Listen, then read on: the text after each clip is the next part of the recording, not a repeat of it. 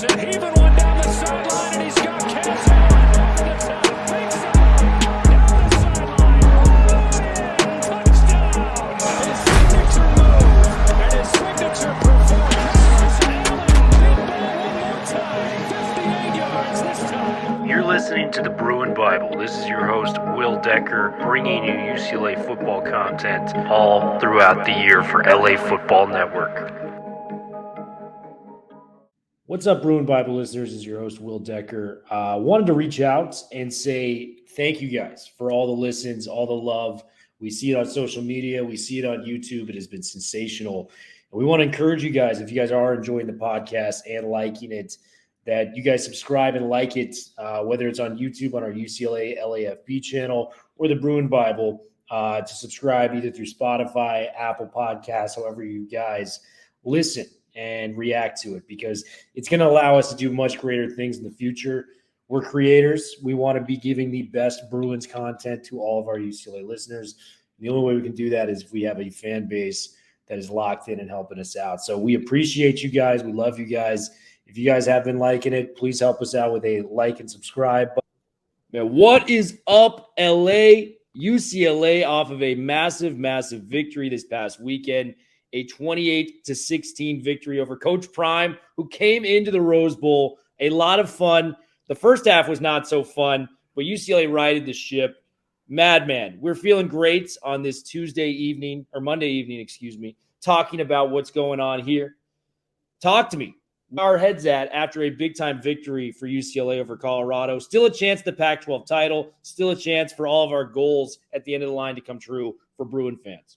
Will, I think it's a day of rejoicing. This is a really terrific day. Obviously, there were moments there that weren't as pretty as others. It wasn't exactly a Picasso or a Michelangelo on Saturday night. But the bottom line is this team now moves to 6-2 with everything to play for. And you just look at the convergence of factors here, Will.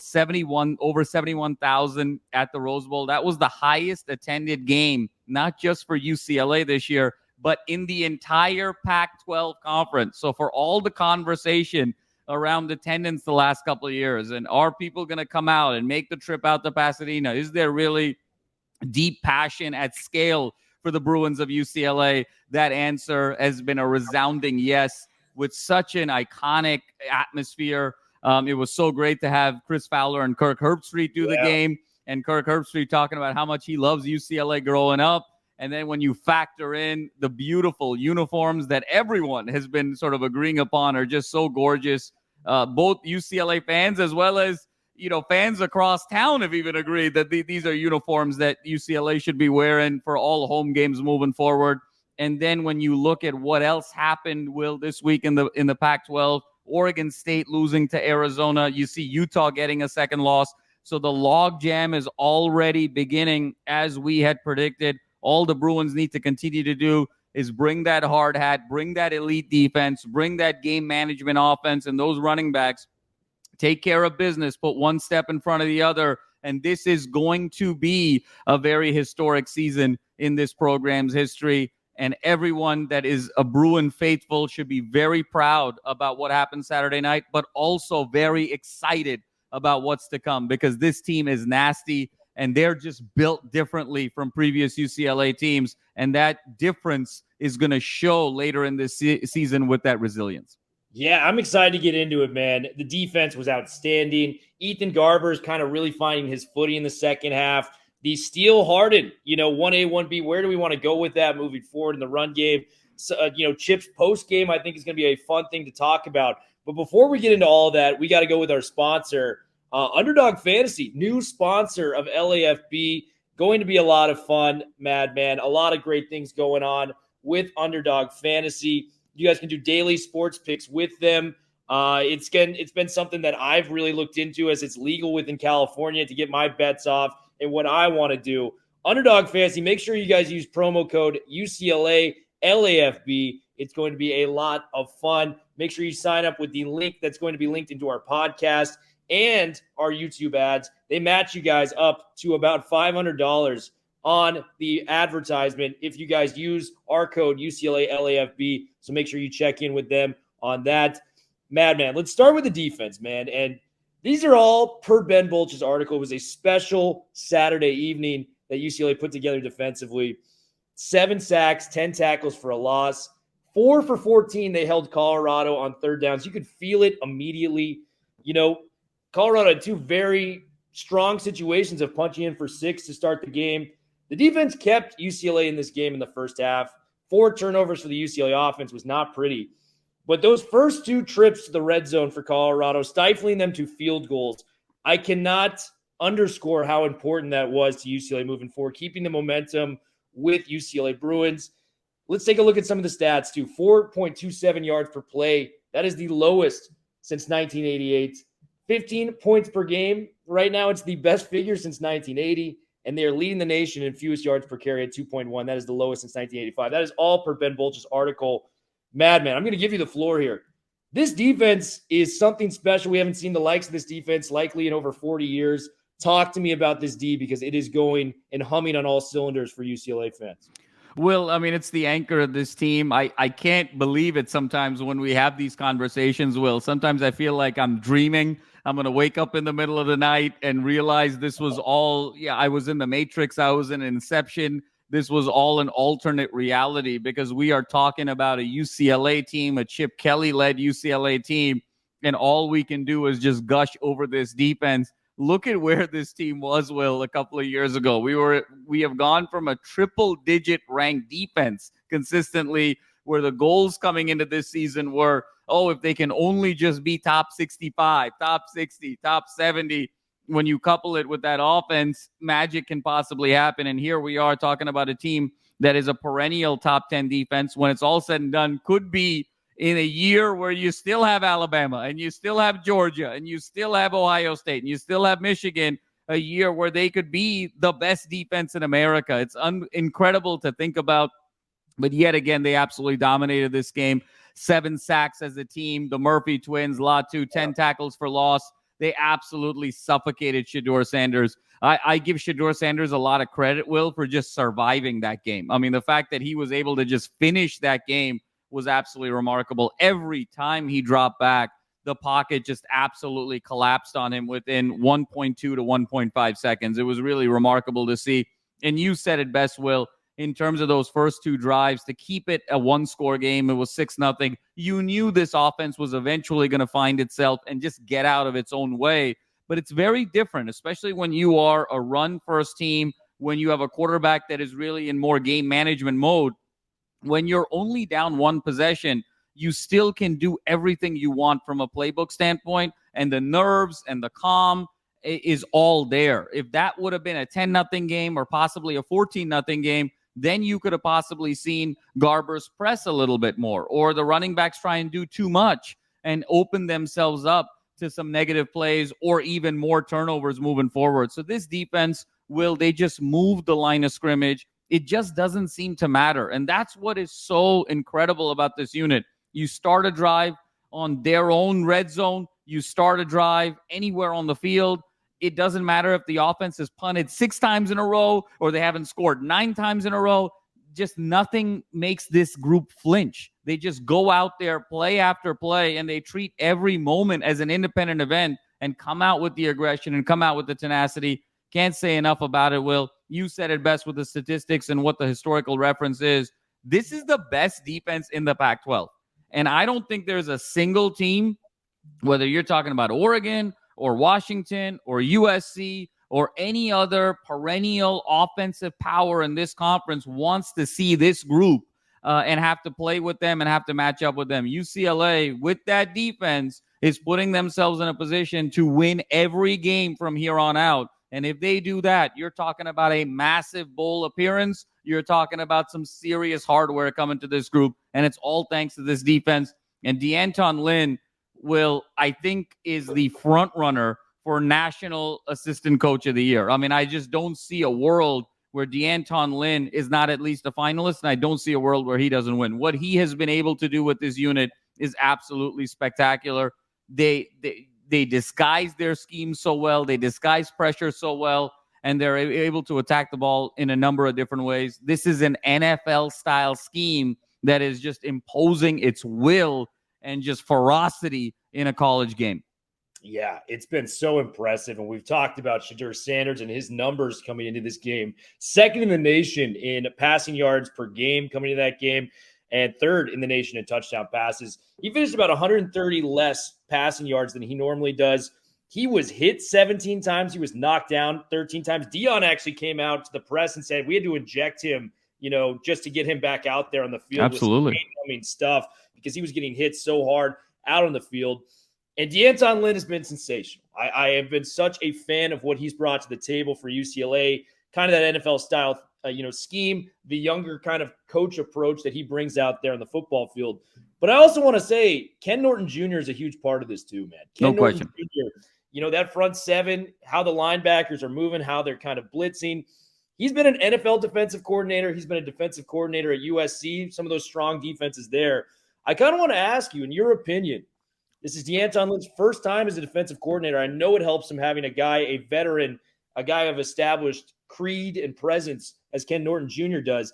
How much percentage are you willing to give credit to D'Anton, and how much percentage credit are you willing to give to our guy Ken Norton Jr.? Because I think it balances out a little closer than people may think. Oh, Will, I think it's at least 60-40, if not 50-50. I think that Ken Norton Jr. deserves so much credit for what's happened this year. And I know what people will say, well, he was here in years past and D'Anton wasn't. D'Anton's here now, and just overnight the defense has turned around. Yes, but you got to understand D'Anton is bringing a fresh perspective, a fresh set of eyes, a unique kind of tactical and strategic skill set. But these are all Ken Norton Jr.'s players who recruited Latu to come to UCLA, who recruited the Murphy twins, who recruited Carl Jones, who recruited the vast majority of that front seven. That was all Ken Norton Jr.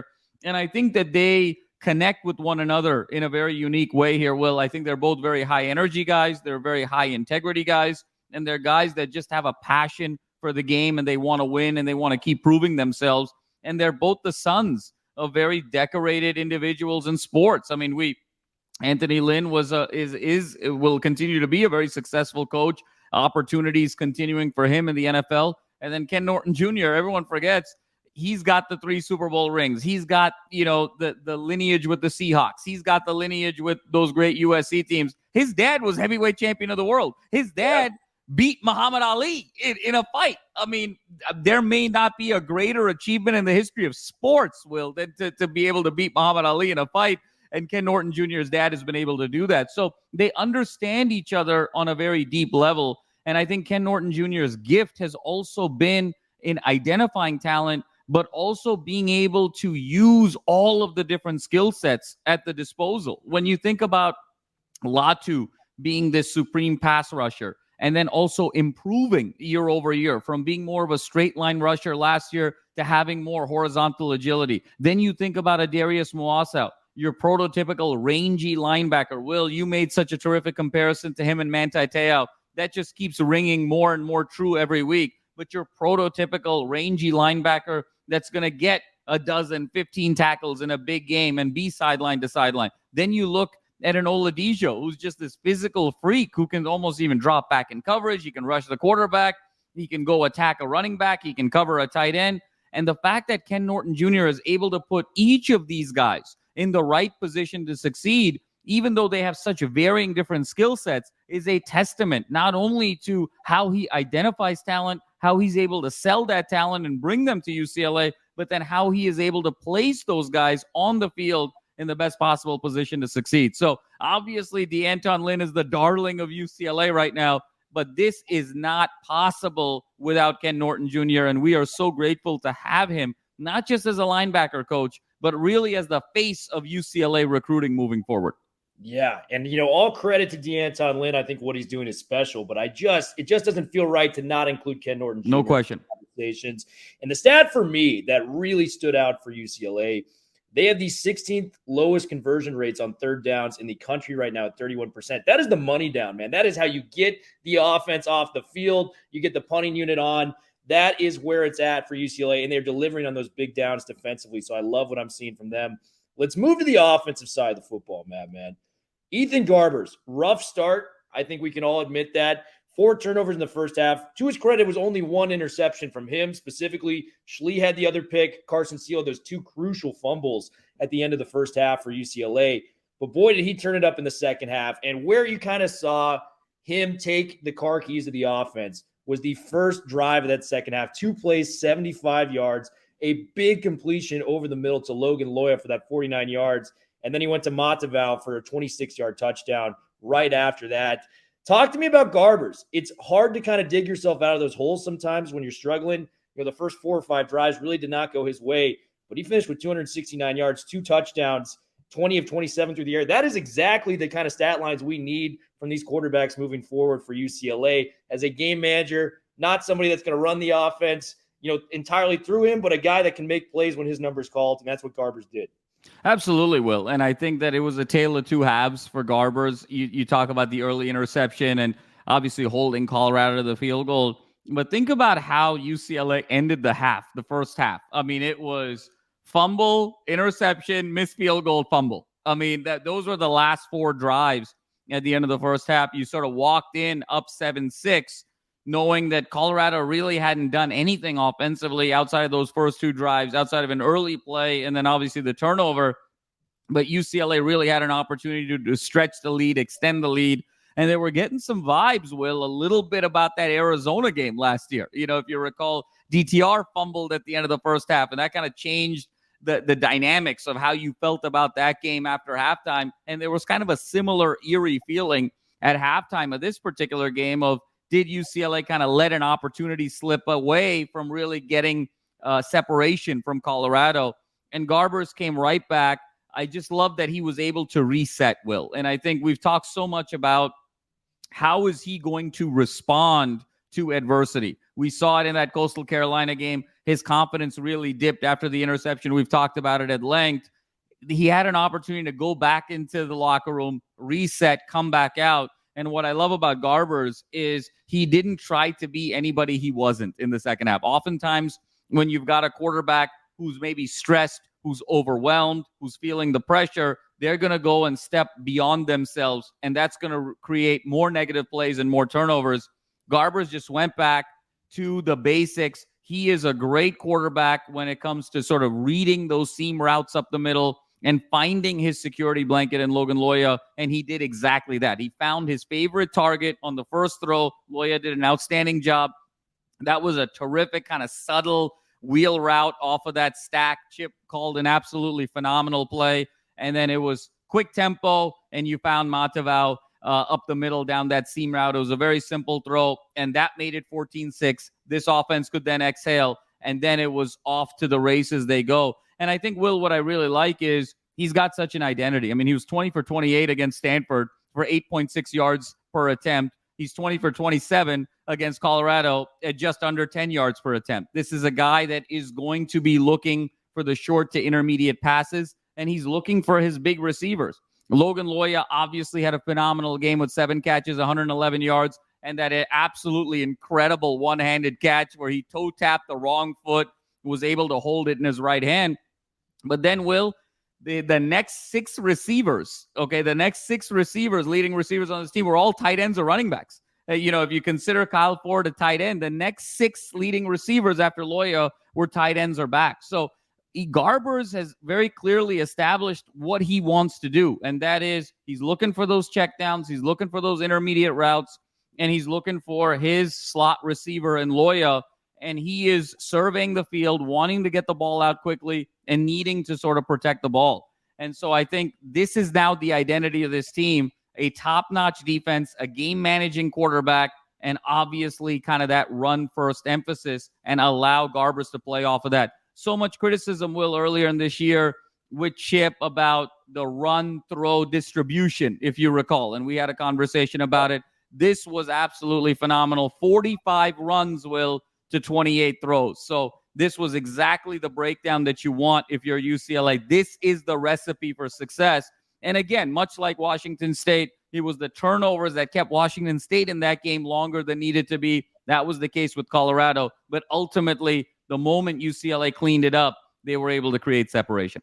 Yeah, and I mean, 10 different receivers with catches this week. I mean, he's peppering the ball around to all the right places. You got to love that for UCLA. Garbers getting a little bit of everyone involved. I was going to wait to save this for later, But talk to me about the emergence of Logan Loya. It seems like something that's really kind of fine-tuned its way into this year. Logan Loya has made big catches over the middle, big catches in traffic. We saw the 49-yard catch we referenced earlier. 7 catches, 111 yards. I mean, this were career highs for Logan Loya. Talk to me about the emergence of the slot receiver that UCLA has been waiting on for a couple of years now, but it's finally at our fingertips. Well, he's a slow burn. It's like a fine wine. It's taken a while with Loya. You and I talked about him year one on the podcast. Well, if you recall, obviously after the lineage with Oregon and being such a decorated recruit at that particular time, here he is in his final year here at UCLA and making such a big impact, really grabbing that torch from Kyle Phillips as the primary slot receiver. And I think he's done a phenomenal job of sticking with the program and continually improving year over year. And I also think it's a product of who this team is offensively. When you look at the offensive line concerns, especially in pass coverage, you got to get that ball out quickly. And when you can get that ball out quickly, who are you going to look to? You're going to look to your backs. You're going to look to your tight end. And on the outside, you're going to look to your slot guy. And so Loya is that perfect weapon on the outside, given what the offensive line situation is. And then when you look at the quarterback, you got a young freshman who started part of the season, who was going to make mistakes, who's going to be sort of locking in on certain guys that he really likes. Moore had a great rapport with Loya. And now when you look at Garbers and his style of play, it's also very conducive to Loya. How terrific is this, Will? His first career 100-yard receiving game. And it comes against Colorado in one of the biggest games crowd-wise that UCLA has played in a very long time. So couldn't be happier for Loya. I think he's going to continue to play a huge role on this team. Now the question becomes, in certain games where they're going to need a bigger play, can you find a way to get JMS going at some point? It's sort of remarkable to think about this, Will.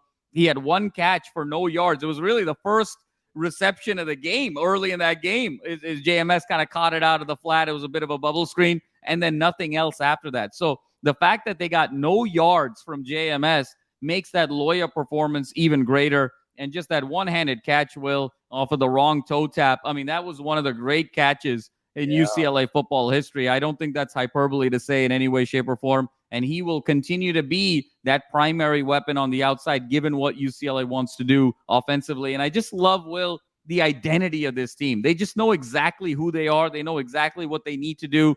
It's sort of that age-old adage of Bill Belichick, just do your job. It feels like everyone just knows their job and what they need to do. And as long as UCLA can play relatively mistake-free football, this team is going to be a handful for anybody. Yeah, and we still have some, epic games on the schedule. University of Arizona next weekend in Tucson. A bear of an opponent. I don't want to overlook this one. We lost them last year. They just upset Oregon State, who beat us 2 weeks ago. This is going to be a big, big game, so let's tune in for that. We've talked about the receiving room. I think we got to have the conversation about Steele and Harden.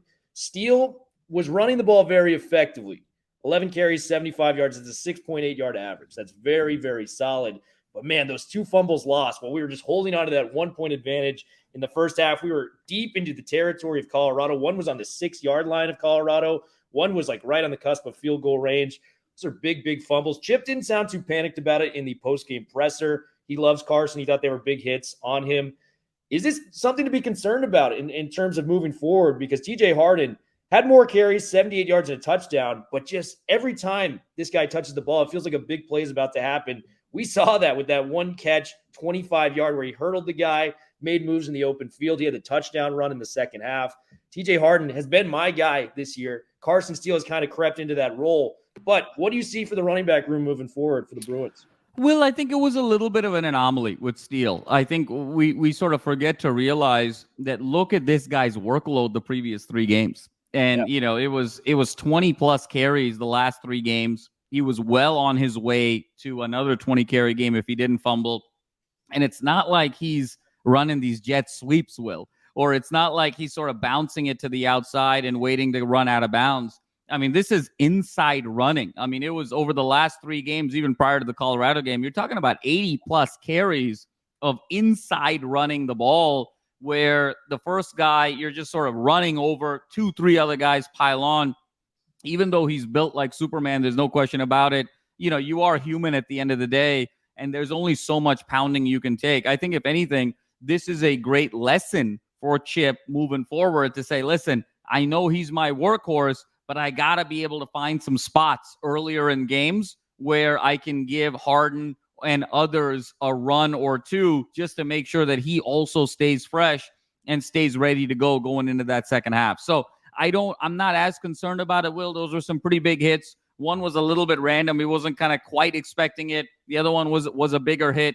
It's just sort of the wear and tear, I think, of the last 3 games. I think Steele's going to sort of emphasize it even more now moving forward, protect even more. And I think moving forward, I think this is going to be a really good situation. I loved Harden's game. But again, Will, you saw Harden's the big home run guy. You can tell even Harden at this stage kind of needs Steele to sort of wear down that defense so the holes open up. Because what's also telling, same defense, same play, same situation, Steele over 11 carries, 6.8 yards per carry. Harden over 20 carries, 3.9 yards per carry. So you're talking about 3 yards per carry less for Harden. That battering ram in Steele plays a huge role wearing out that defense for then the beautiful, nimble feet and the cutting ability of Harden to really take over. But I think you sort of, I don't get any spooked by any way, shape, or form with Steele's 2 fumbles. I think this is going to be a positive in the long run because he's going to focus on ball protection even more. Yeah, the run game looks to be in a great place with Harden, Steele. And I mean, say what you want about the Schlee pass this past weekend. The run game was great. I love him as that red zone kind of threat where he can run it to the outside. 4 carries, 26 yards. Had the touchdown with the golf swing celebration. I loved it from our How guys. nice was that move, though, Will? Where it was that zone read and he sort of faked it out, came back in. It was just, just really shifty. It's always very impressive, Will, to me, when guys can make moves laterally without losing speed or breaking a step.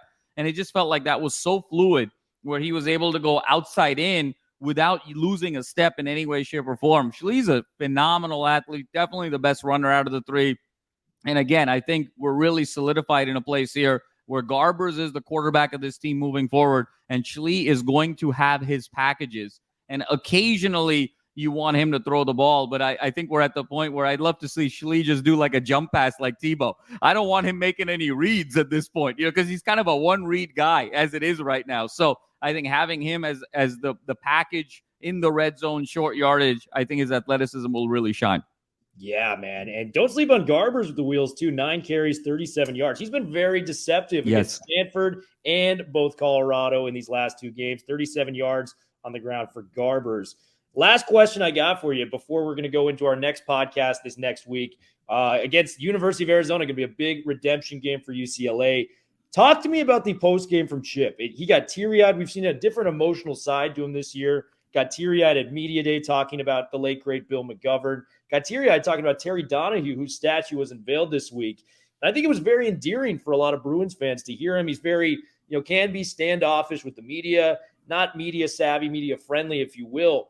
But that, kind of emotion being shown for somebody that's in the Bruins' hearts, in the Bruins' families, that really left an indelible mark on not only you, but a lot of the UCLA fan base. Talk to me about what that meant to you guys.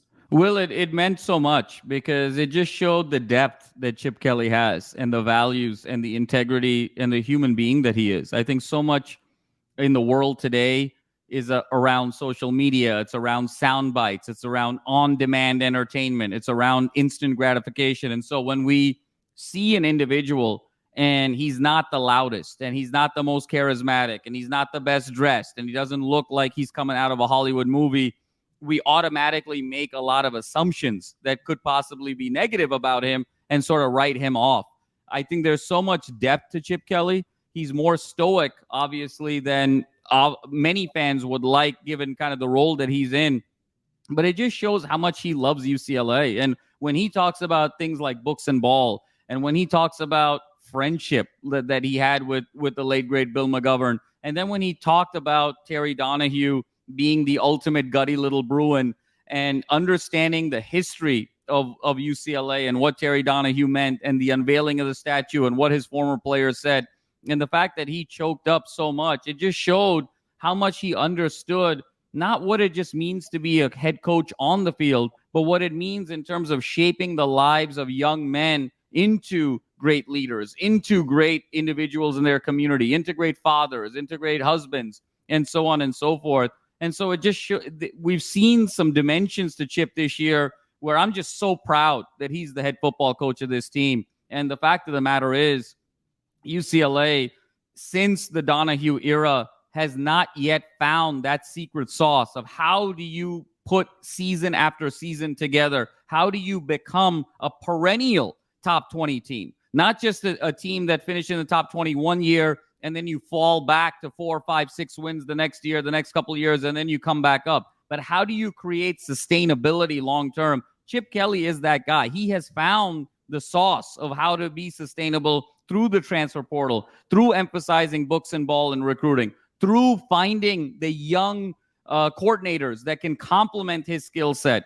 And I always felt that Chip Kelly, even though he got all of his success at Oregon, I don't think Oregon was the ultimate cultural fit for him with all the Nike attention and all the uniforms and all the flash and Phil Knight. Chip Kelly, in his heart of hearts, is a guy from New Hampshire. He wants to fly under the radar. He wants to let his work do the talking. And I truly believe that he's found the perfect university and the perfect institution that emphasizes who he is.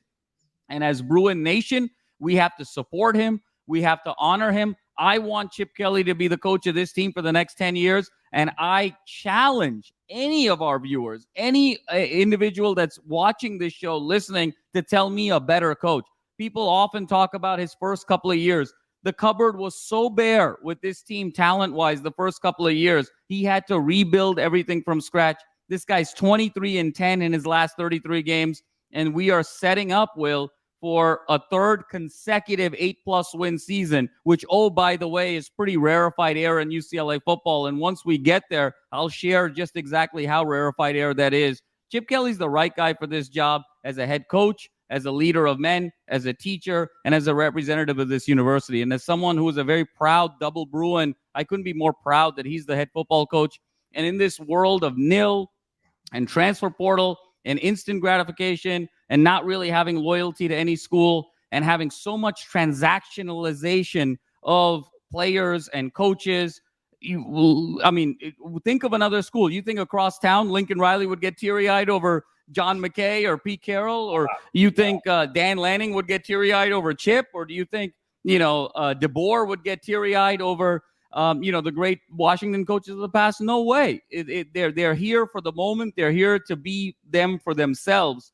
Chip understands the larger ecosystem. I'm so proud that he is the head football coach. We got to continue to support him, and the best is yet to come.